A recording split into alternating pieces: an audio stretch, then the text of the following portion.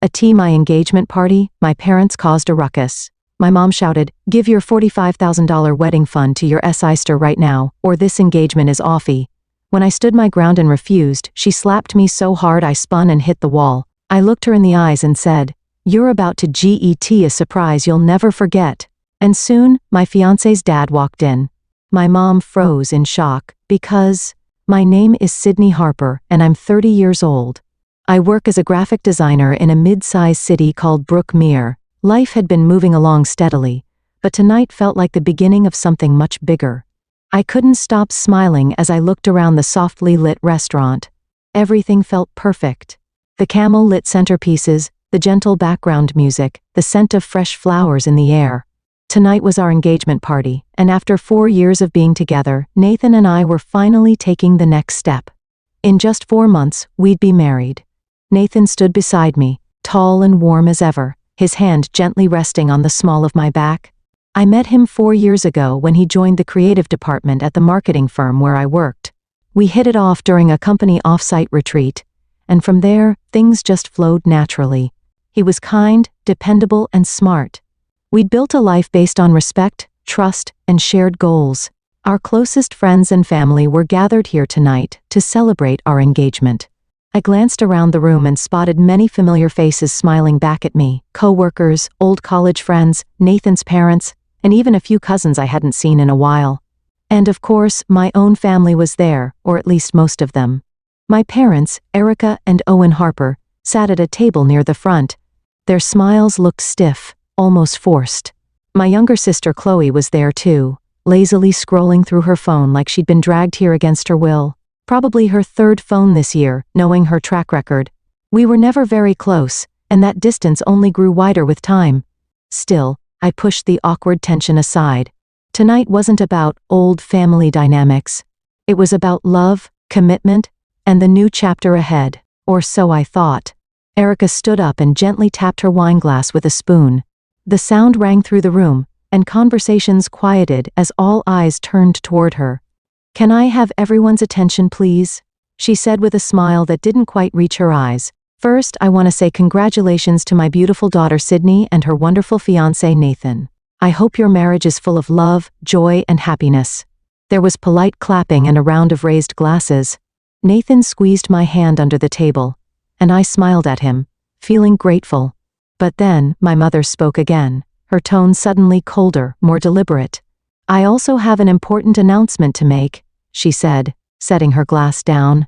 "After talking it over with Owen, we've decided to give Sydney's $45,000 wedding fund to Chloe instead." The room went dead silent. I blinked, certain I must have misheard her. A soft chuckle escaped my lips as I looked around, expecting someone else to laugh with me. "That's funny, Mom," I said, trying to keep my tone light. "But that money is mine. I'm not giving it away." Erica's smile faded instantly. Her expression hardened, lips pressed into a thin line. "This isn't a joke, Sydney," she said sharply.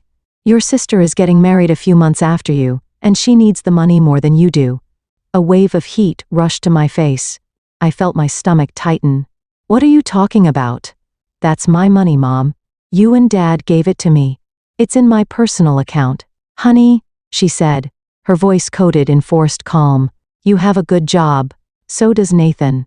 Chloe and her fiancé are struggling. She deserves to have a beautiful wedding too." My hands began to tremble. I stood up, trying to steady myself. "We've already planned our wedding with that money. We've been careful. We're being smart with it. We even want to use part of it for a down payment on a home. You can't just take it away." Chloe suddenly shoved her chair back and jumped to her feet, nearly knocking over her drink. "Don't be so selfish, Sydney," she snapped. "You could have offered to share it a long time ago. You know I need it more than you do." I turned toward her, jaw clenched. "This isn't about need, Chloe. It's about what's right. I planned ahead. You blew through your own fund, and now you expect me to just hand mine over?" "She lives simply," my mother barked. "She doesn't have much, and her fiancé is doing the best he can. You've always had more. I've always worked harder." I shot back, folding my arms across my chest. "I followed the rules. I saved. I planned. I don't care how you spin it. I'm not giving you my money." Erica's face flushed crimson. The tension in the room became unbearable. Nathan placed a hand gently on my arm, trying to calm me, but I wouldn't back down. Then, in a moment that felt like it stretched into forever, my mother stepped forward and slapped me hard across the face. The sound echoed through the restaurant like a whip crack. My head snapped to the side. My cheeks stung, and my eyes welled up immediately, not just from the pain but from the shock. The room went completely silent. No one moved. Even Chloe looked stunned. I slowly turned my face back toward my mother, my voice low but steady. "You don't get to hit me just because I said no." A sharp intake of breath came from someone at a nearby table. Then I heard it, the soft voice of a waiter near the bar speaking into a phone. "Yes. Hello, I need to report an assault." It happened just now at Alden's Bistro. Within minutes, the sound of sirens could be heard approaching the restaurant. The guests remained hushed, many of them stealing glances toward me, while others stared awkwardly at their plates, unsure how to react. I stood silently, still absorbing the shock of what had just happened. My cheek throbbed, but it was the emotional sting that hit harder. Nathan stood beside me, his jaw tense, while my father silently pulled Erica aside, trying to calm her down. Moments later, 2 uniformed officers entered the restaurant. One of them approached our table and asked if I was the one who had been assaulted. I nodded, quietly confirming what had happened. A nearby waiter stepped forward and provided his account of the slap, explaining how Erica had struck me in full view of the guests.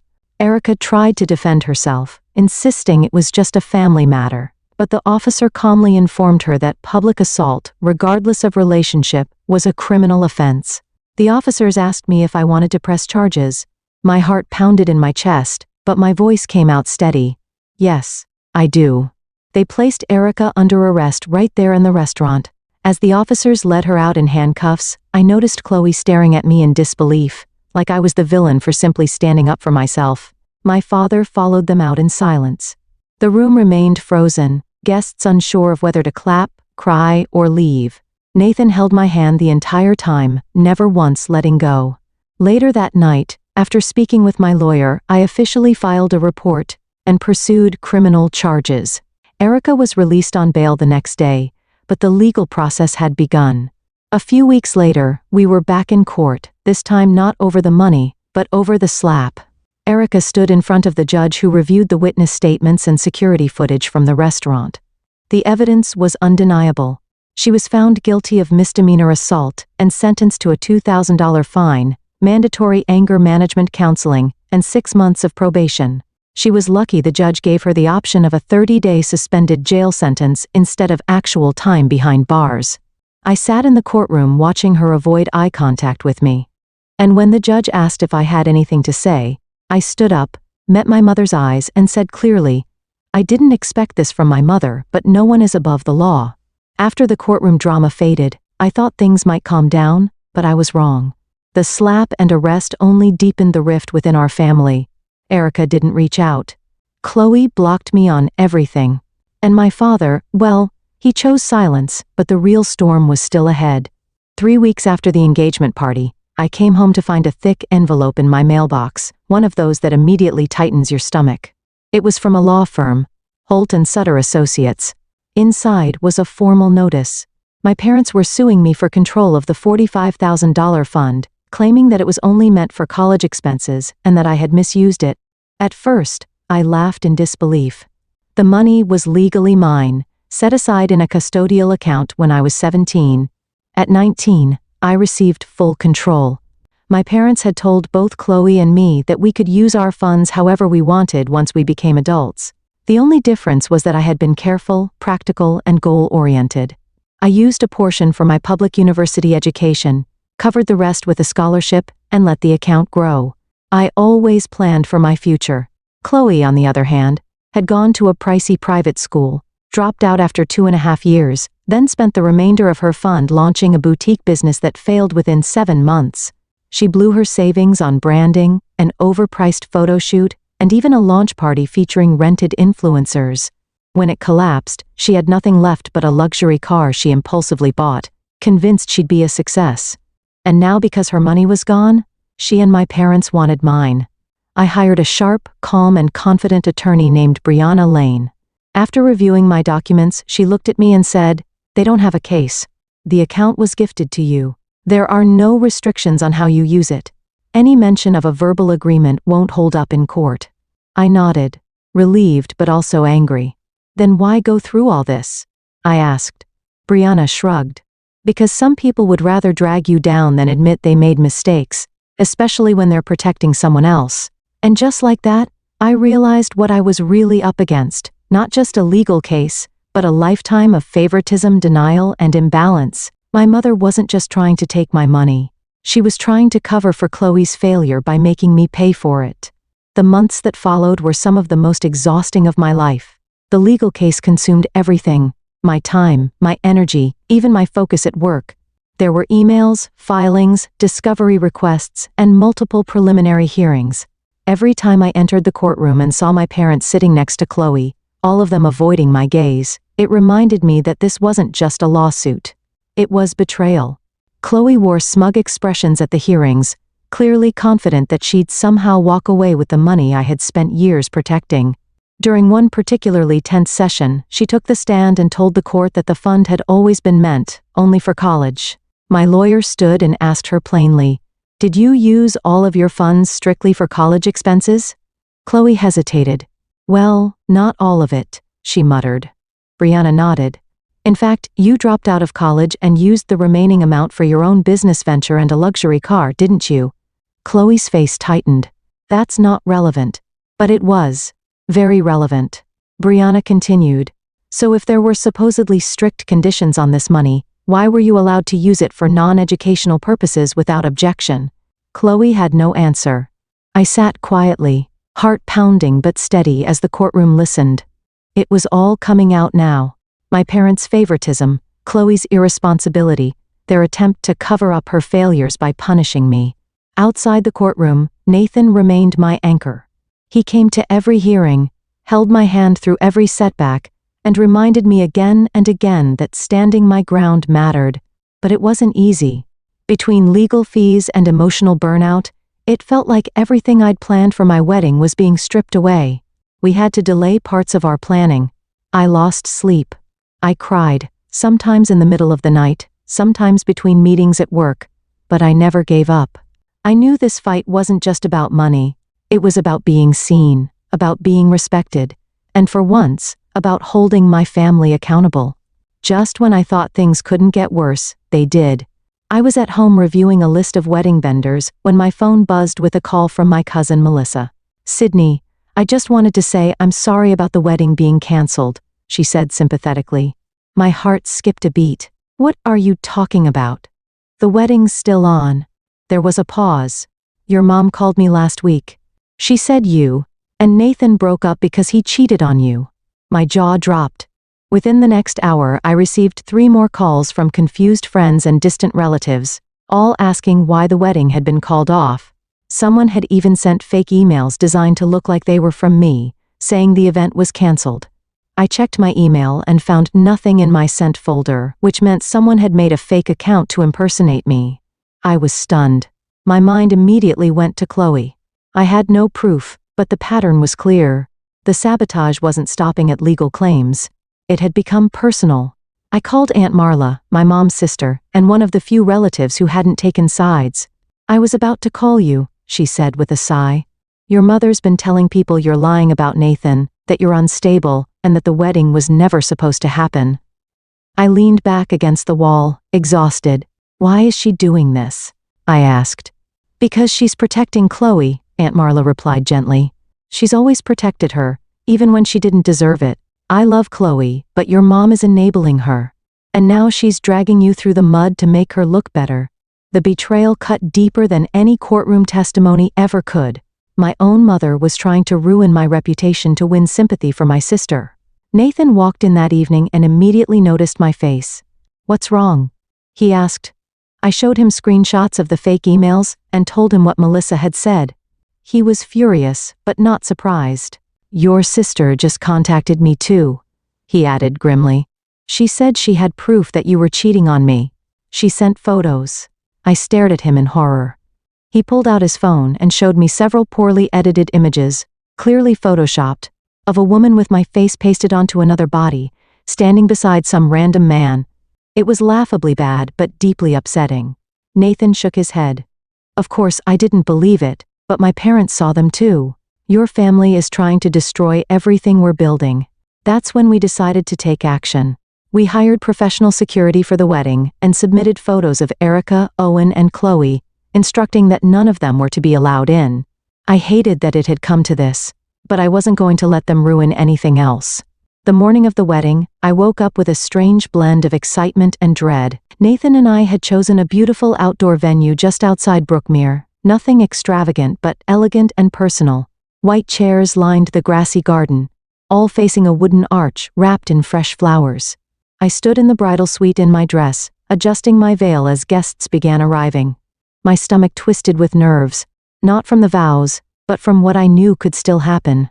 We had 2 trained security guards stationed at the venue entrance, and they had strict instructions to deny entry to anyone from my immediate family. Nathan and I had gone over every detail. Still, I couldn't relax. At around 2:15, there was a knock on the bridal suite door. One of the guards stepped inside, lowering his voice. "Miss Harper," he said cautiously, "we've just detained a young woman attempting to enter through the back service gate. She matches the photo you gave us, your sister Chloe." My heart pounded. "Was she alone?" I asked. "Yes," he said, "but she was carrying a tote bag. When we opened it, we found a large can of red paint." My breath caught in my throat. The wedding dress, the venue, the guests. She had planned to ruin all of it. Rage, sadness, and disbelief fought for space in my chest. "Do you want to press charges?" the guard asked. "We can contact the local sheriff right now." I hesitated. After everything, after the slap, the lawsuit, the lies, the photoshopped photos, and now this, I had every reason to involve the police again. But this was my wedding day. I had already lost enough to their chaos. "No," I said finally, my voice flat. "Just make sure she's removed from the property and doesn't come back. Please also check that my parents haven't tried to sneak in." He nodded and left. I sank into a nearby chair, trying to keep from crying. My best friend, Isabel, knelt beside me. "What happened?" she whispered. I looked at her, my voice barely holding steady. "Chloe tried to sneak in with a can of paint. She was going to destroy everything." Isabel's eyes widened in shock, then hardened with fury. "You know what? That means you win," she said firmly. "They couldn't stop your happiness, so they tried to ruin it. But you stopped them. You stood your ground. Now go marry the man who stood by you through all of this. You deserve every bit of this day." I wiped my tears, took a deep breath, and stood up. My Uncle Brian, my dad's brother, walked me down the aisle. As I stepped into the garden, I saw Nathan waiting under the arch, eyes locked on mine. And in that moment, the rest of the world disappeared. The betrayal, the court dates, the tears, the pain, it all faded. Today was about love. Ours. The ceremony was heartfelt and beautiful. We exchanged vows that spoke of strength, loyalty, and partnership.